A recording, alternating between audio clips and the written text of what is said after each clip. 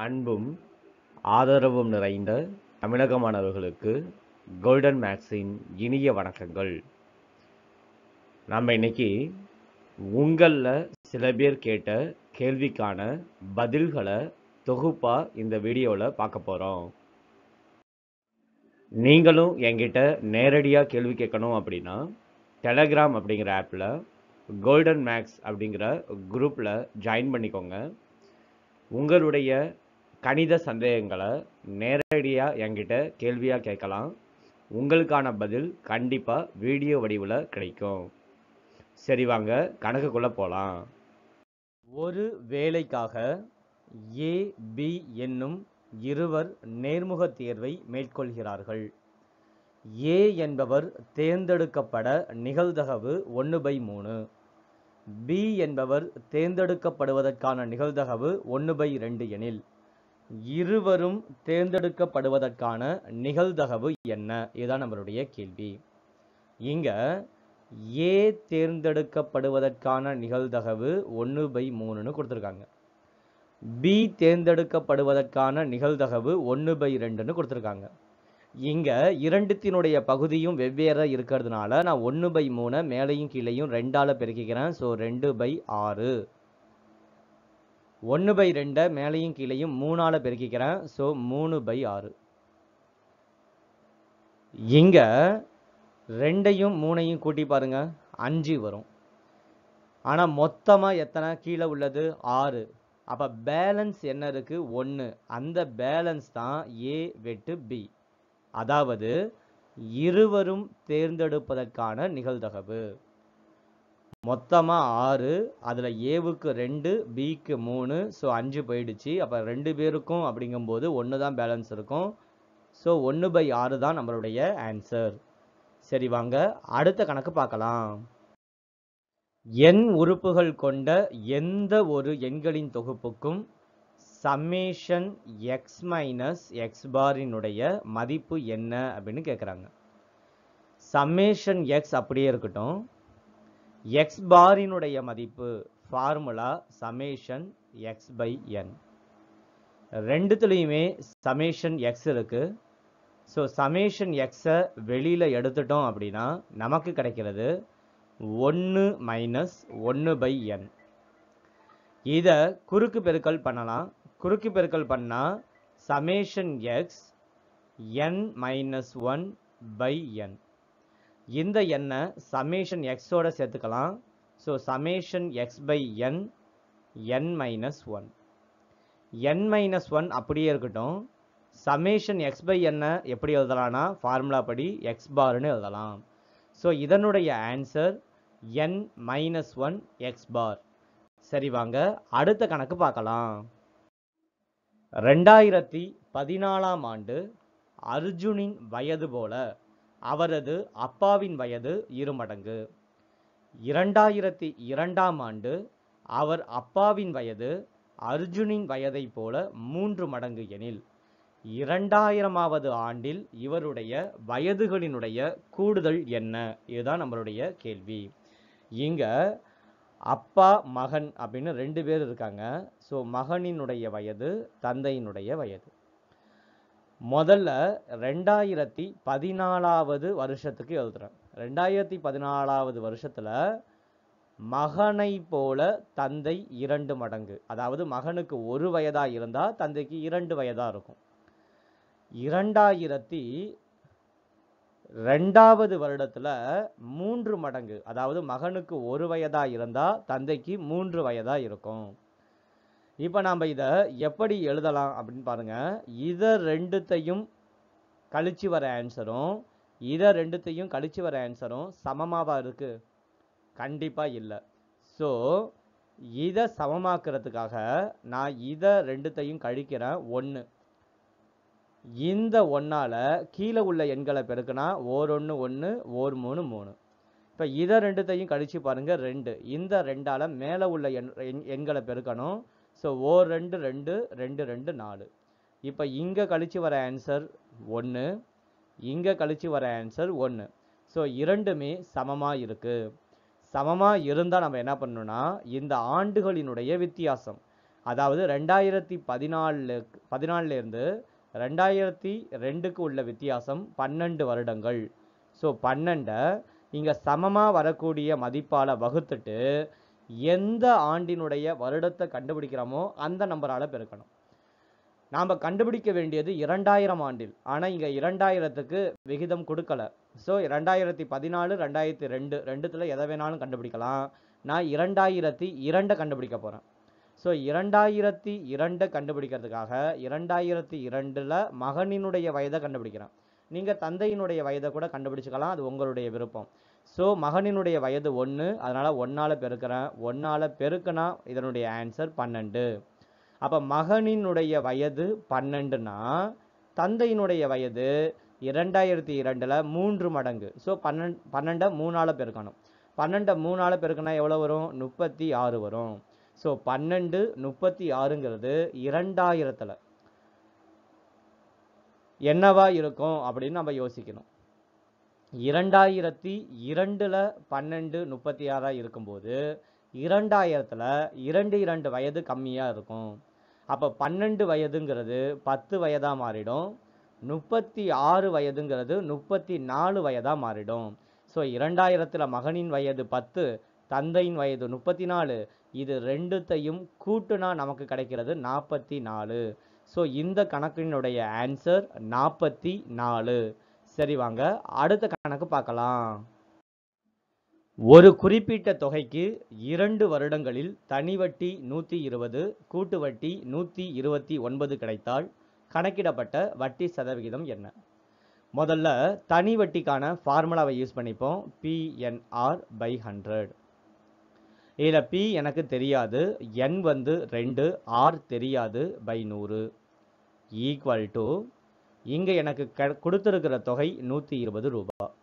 2ஆல இதை அடிச்சா 60. ஸோ 100 அந்த பக்கம் எடுத்துட்டு போகலாம். PR/100 100 அந்த பக்கம் போயிடுச்சுன்னா 60ஓட பெருக்கணும். ஸோ 6000. PR equal to 6000. இப்போ தனி வட்டிக்கும் கூட்டு வட்டிக்கும் உண்டான வித்தியாசத்துக்கான ஃபார்முலா, 2 வருடங்களுக்கான வித்தியாசத்துக்கான ஃபார்முலா இது. ஸோ இங்க கூட்டு வட்டி 129ன்னு கொடுத்துருக்காங்க, தனி வட்டி 120ன்னு கொடுத்துருக்காங்க. ஸோ ரெண்டுத்தையும் கழிச்சிடலாம். 129 - 120. இங்க PR/100 அப்படிங்கிறத நான் 2 வாட்டி எழுதிக்கிறேன். ஈக்குவல் டு, ஏன்னா அங்கே ஸ்கொயர் பண்ணியிருக்கிறதுனால 2 வாட்டி எழுதியிருக்கேன். இங்கே கழிச்சா 9. இதில் இந்த PRக்கு பதிலாக நான் 6000 போடலாம். /100. இங்கே R/100 இருக்கு. Equal to 9. 2 0வுக்கு 2 0 அடிச்சிடலாம். 1 0வுக்கு 1 0 அடிச்சிடலாம். ஸோ R ஈக்குவல் டு 9 பெருக்கல் 6/10 இங்கே வந்தால் 10/6 மாறிடும். 3ஆம் வாய்ப்பால் அடிக்கிறேன். 3 9, 2 3 6. 2ஆம் வாய்ப்பால் அடிக்கிறேன். 2 10. ஸோ 3ஐயும் 5ஐயும் பெருக்கிறேன். 3 5 15. ஸோ R அப்படிங்கிறது 15%. இதுதான் நம்மளுடைய ஆன்சர். சரி, வாங்க அடுத்த கணக்கு பார்க்கலாம். ஒருவர் தனது பயண தூரத்தில் 1/3 ஒரு பகுதியை 25 கிலோமீட்டர் வேகத்திலும் 4 ஒரு பகுதியை 30 கிலோமீட்டர் வேகத்திலும் மீதி தூரத்தை 50 கிலோமீட்டர் வேகத்திலும் கடக்கிறார் எனில் மொத்த பயண தூரத்தினுடைய சராசரி வேகம் என்ன? இதுதான் நம்மளுடைய கேள்வி. இதுல 3 ஒரு பகுதி அப்படிங்கிறதுல உள்ள பகுதி 3ஆ இருக்கு. 4 ஒரு பகுதி, இதுல பகுதி என்னவா இருக்குன்னா 4ஆ இருக்கு. ஸோ முதல்ல பகுதியை சமப்படுத்தணும். அதனால 1/3 மேலையும் கீழையும் 4ஆல பெருக்கிக்கிட்டோம் அப்படின்னா இது 4/12 மாறிடும். அதே போல இங்க 1/4 மேலையும் கீழையும் 3ஆல பெருக்கிக்கிட்டோம்னா இது 3/12 மாறிடும். ஸோ இப்போ மொத்த தூரம் 12 கிலோமீட்டர் அப்படின்னு நம்ம கணக்கில் எடுத்துப்போம். அப்போ மொத்த தூரம் 12 கிலோமீட்டர் அப்படியா இருக்கு அப்படின்னா அதில் முதல் பகுதி 4/12 தானே வந்திருக்கு, அதனால இது 4 கிலோமீட்டர். அடுத்த பகுதி 3/12 தானே வந்திருக்கு, அதனால இது 3 கிலோமீட்டர். ஸோ மீதி இருக்கிற பகுதி 4 3 7, 7ஓட 5 கூட்டினா தான் 12 வரும். அதனால இது 5 கிலோமீட்டர். ஸோ நமக்கு தூரங்கள் கிடைச்சிடுச்சு. இங்க வேகம் கொடுத்துருக்காங்க. வேகம் 25 கிலோமீட்டர் வேகத்தில் போகுது. அதே போல் அடுத்தது 30 கிலோமீட்டர் வேகத்தில் போகுது. அடுத்தது பார்த்தீங்கன்னா மீதி தூரம் 50 கிலோமீட்டர் வேகத்தில் போகுது. இங்கே மொத்த பயண தூரத்தினுடைய சராசரி வேகம் கேட்டிருக்காங்க. வேகம் கண்டுபிடிக்கணும் அப்படின்னா நமக்கு தூரம் பை காலம் கண்டுபிடிக்கணும். ஸோ மொத்த தூரம் அப்படின்னா நாம் ஏற்கனவே 4, 3, 5 அதாவது 12 கிலோமீட்டர் அப்படின்னு கண்டுபிடிச்சு வச்சுருக்கோம். இப்போது மொத்த நேரம் மொத்த காலம் கண்டுபிடிக்கணும். மொத்த நேரம் கண்டுபிடிக்கணும்னா எல்லாத்துக்கும் தனித்தனியாக நேரம் கண்டுபிடிச்சு கூட்டணும். அப்போது இதுக்கு நேரம் கண்டுபிடிக்கிறதுக்கு 4/25 ஏன்னா தூரம் பை வேகம். இதற்கு நேரம் கண்டுபிடிக்கிறதுக்கு 3/30. இதற்கு நேரம் கண்டுபிடிக்கிறதுக்கு 5/50.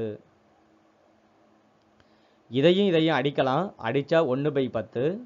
இதையும் அடிக்கலாம். இதை அடித்தாலும் 1/10. ஸோ 4/25 ப்ளஸ் 1/10 1/10 கூட்டினா 2/10. இதை அடிக்கலாம். O2 2 I2 10. இந்த 5 25 மாற்றுறதுக்காக நான் மேலையும் கீழையும் 5ஆல் பெருக்கிக்கிறேன். இப்போ ரெண்டுத்துலேயுமே கீழே இருக்கிறது 25 தான். இதில் 4 இருக்குது. இங்கே ஓர் 5 5. ஸோ மொத்தமாக 9/25 அப்படிங்கிறது தான் மொத்த நேரம். இப்போ மொத்த தூரத்தை மொத்த நேரத்தால் வகுக்கணும். ஸோ மொத்த தூரம் 12 கிலோமீட்டர். மொத்த நேரம் 9/25. அந்த பையில் இருக்கிற 25 மேலே எடுத்துகிட்டு போயிடலாம். ஸோ பெருக்கல் 25 மாறிடும். இப்போ இதை அடிக்கிறேன். 3ஆம் வாய்ப்பால் அடிக்கிறேன். 3 9 4 3 12. 4ஆல் 25 பெருக்கணும்னா 100. கீழே 3. ஸோ 3ஆல் வகுக்கிறேன். 33 வரும். பேலன்ஸ் ஒரு 1 வரும். அதனால் 1/3. அப்போ மொத்த பயண தூரத்தினுடைய சராசரி வேகம் 33 1/3. சரி, வாங்க அடுத்த கணக்கு பார்க்கலாம். முதல் கட்டத்தில் ஒரே ஒரு கோடு இருக்கு. அடுத்த கட்டத்தில் அந்த ஒரு கோட்டுக்க இப்படி எழுதியிருக்காங்க. அடுத்த கட்டத்தில் இதை டபுளாக எழுதியிருக்காங்க. அடுத்த கட்டத்தில் திரும்ப ஒன்று எழுதிட்டு ஒரு கோடு போட்டிருக்காங்க. இப்போ திரும்பி இந்த மொதல் கட்டத்திலேருந்து ஆரம்பிக்கிற மாதிரி ஆரம்பிக்கும். அதாவது அடுத்ததில் இந்த 3L அப்படியே இருக்கும். இந்த ஒரு Lக்கு கீழே ஒரே ஒரு கோடு மட்டும் போடுவாங்க. ஸோ நமக்கு மொத்தமாக 4L கிடைக்க தான் வாய்ப்பு இருக்குது. ஸோ இதுதான் நம்மளுடைய ஆன்சர். சரி, வாங்க அடுத்த கணக்கு பார்க்கலாம். 21இன் அனைத்து காரணிகளினுடைய கூட்டு சராசரி. 21 பகா காரணிப்படுத்தணும். அப்போ இங்கே 3ஆல் போட்டால் 7 3 21. 7ஆல் போட்டால் 1 7 7. ஸோ மொத்தமாக நமக்கு கிடைக்கிறது 3 7. ஸோ 3ஐயும் 7ஐயும் கூட்டி 2ஆல் வகுத்தா நமக்கு சராசரி கிடச்சிடும். ஸோ 7ஐயும் 3ஐயும் கூட்டினா 10. 10 2ஆல் வகுக்கலாம். வகுத்தா நமக்கு கிடைக்கிறது 5. ஸோ நம்மளுடைய ஆன்சர் 5. சரி, வாங்க அடுத்த கணக்கு பார்க்கலாம். ஒரு சரிவகத்தின் இணைப்பக்கத்தினுடைய விகிதங்கள் 15 மீட்டர் 10 மீட்டர். அதன் இணையற்ற பக்கங்களினுடைய நீளம் 8 மீட்டர் 7 மீட்டர் எனில் சரிவகத்தினுடைய பரப்பு என்ன? இதுதான் நம்மளுடைய கேள்வி. ஒரு சரிவகம் அப்படிங்கிறத நான் இப்படி வரைஞ்சிக்கிறேன். இதில் இணையான பக்கங்களை 10 15 அப்படின்னு எழுதலாம். இணையற்ற பக்கங்கள் 8 7 அப்படின்னு எழுதலாம். இங்கே நமக்கு 4 நம்பர் இருக்குது. நான் இந்த நம்பரை ஏனும், இதை பீனும், இதை சீனும், இதை டீனும் எடுத்துக்கிறேன். இப்போ நான் எஸ் அப்படிங்கிற ஒரு நம்பர் கண்டுபிடிக்கணும். எஸ் அப்படிங்கிறது என்ன அப்படின்னா ABCD. இது 4த்தையும் கூட்டிட்டு 2ஆல் வகுத்தா அதுதான் எஸ். அப்போ 10 7 15 8 இது எல்லாத்தையும் கூட்டுனா நமக்கு கிடைக்க போகிறது 40. ஸோ 40ஐ 2ஆல் வகுத்தா நமக்கு கிடைக்கிறது 20. இந்த 20 தான் நம்மளுடைய எஸ். இந்த எஸ் நாம் எதற்காக கண்டுபிடிச்சோம் அப்படின்னா சரிவகத்தினுடைய பரப்பளவுக்கு ஃபார்முலா ஒன்று இருக்குது. C plus A C minus A root of S minus A s minus c s minus a plus b s minus a plus d இதுதான் இந்த ஃபார்முலா. இந்த ஃபார்முலாவில் அப்ளை பண்ணோம்னா நமக்கு ஆன்சர் வந்துடும். c plus a c அப்படிங்கிறது 15, a அப்படிங்கிறது 10. So 15ஐயும் 10ஐயும் கூட்டணும் அப்படின்னா நமக்கு கிடைக்கிறது 25. சி மைனஸ் ஏ 15லேருந்து 10 கழிக்கணும். ஸோ நமக்கு கிடைக்கிறது 5 ரூட் ஆஃப் எஸ் மைனஸ் ஏ எஸ்ங்கிறது 20, 20லேருந்து 10 கழிக்கணும். ஸோ 10 எஸ் மைனஸ் சி 20லேருந்து 15 கழிக்கணும். ஸோ 5 எஸ் மைனஸ் ஏ ப்ளஸ் பி ஏயையும் பியையும் முதல்ல கூட்டணும். ஸோ 17, 17 20லேருந்து கழிச்சிட்டோம் அப்படின்னா நமக்கு கிடைக்கிறது 3. ஏ ப்ளஸ் டி 10ஐயும் 8ஐயும் கூட்டினா 18. ஸோ 20லேருந்து 18 போயிடுச்சு அப்படின்னா நமக்கு கிடைக்கிறது 2. 5ஆல் 25 அடிக்கலாம். ஸோ 5 வாட்டி வரும். ஸோ வெளியில் 5 இருக்குது, உள்ளார ரூட் ஆஃப் 10 2 பெருக்கல் 5ன்னு எழுதலாம். 5 அப்படியே இருக்கட்டும், 3 அப்படியே இருக்கட்டும், 2 அப்படியே இருக்கட்டும். 2 2க்கு ஒரு 2 வெளியில் எடுக்க முடியும். ஸோ வெளியில் இருக்கிற 5 அப்படியே இருக்கட்டும், ஒரு 2 வெளியில் எடுத்தாச்சு. 2 5க்கு ஒரு 5 வெளியில் எடுக்கலாம். 3 மட்டும் ஒரே ஒரு 3 இருக்கிறதுனால ரூட்டுக்குள்ளே அப்படியே இருக்கும். So I 2 10 5 50. ஸோ இதனுடைய ஆன்சர் 50 ரூட் 3. ரூட் 3ல் உங்களுக்கு ஆப்ஷனில் கொடுக்கல அப்படின்னா ரூட் 3னுடைய மதிப்பை 50ஓட பெருக்குனா நமக்கு ஆன்சர் கிடச்சிடும். இவ்வளோதாங்க. இதே போல் உங்களுடைய சந்தேகங்களை என்கிட்ட கேட்கணும் அப்படின்னா டெலகிராமில் கோல்டன் மேக்ஸ் அப்படிங்கிற குரூப்பில் நீங்கள் ஜாயின் பண்ணிக்கோங்க. உங்களுடைய சந்தேகங்களை நேரடியாக என்கிட்ட கேட்டு இதே போல் வீடியோ வடிவில் உங்களால் விளக்கத்தை பெற முடியும். இந்த வீடியோ உங்களுக்கு பிடிச்சிருந்தா ஒரு லைக் பண்ணுங்கள், நம்மளுடைய சேனலை சப்ஸ்கிரைப் பண்ணுங்கள். இதே போன்ற வீடியோ உங்களுக்கு ரெகுலராக கிடைக்கணும் அப்படின்னா மறக்காமல் அந்த பெல் பட்டனை ப்ரெஸ் பண்ணுங்கள். மீண்டும் உங்களை அடுத்த வீடியோவில் சந்திக்கிறேன். அதுவரை நன்றி, வணக்கம்.